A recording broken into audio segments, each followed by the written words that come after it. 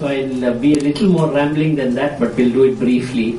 I think the most important thing to take note of is we cannot expect a standardized PIL remedy in all countries of South Asia, because it is so closely interwoven with the political reality of the times.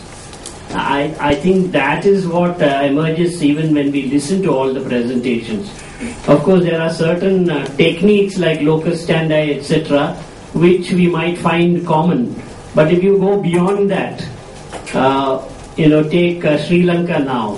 The Rajapaksa government was able to impeach the former Chief Justice, and there are people who support it and people who oppose it.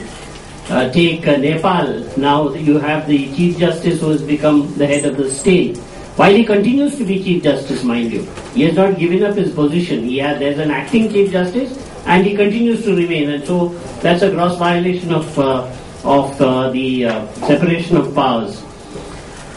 And so I think if you're looking for commonalities, then it is neoliberalism, which is common everywhere. And in relation to neoliberalism, then what are the areas where some kind of relief from the judiciary is likely?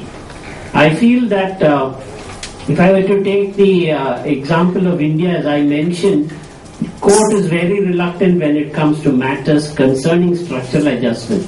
But you take the land question. Recently, though land is so central to structural adjustment, court has slowly started intervening in land matters. I think another very vivid example is what we saw in the Supreme Court yesterday and day before, and that is in Uttarakhand after the floods.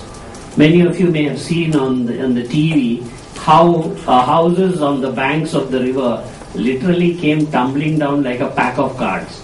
It was nature's wrath against the development model.